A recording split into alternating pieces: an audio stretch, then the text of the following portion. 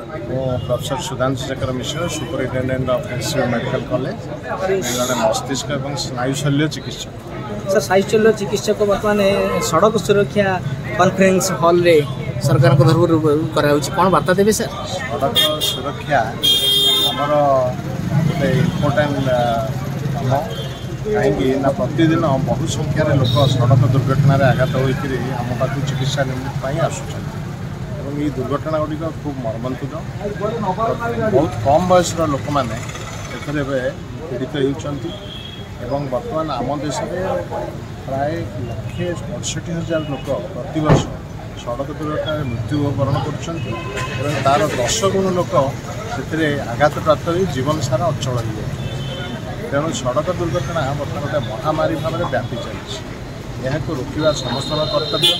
तेणु primary prevention प्राथमिक प्रतिषेध हिसाब से driving after drinking should be ban. यहाँ को बंद करिया दरकार, मद्यपान कर गाड़ी चलवा बंद करिया दरकार और रास्तार नियम न मानिक गाड़ी चलैया।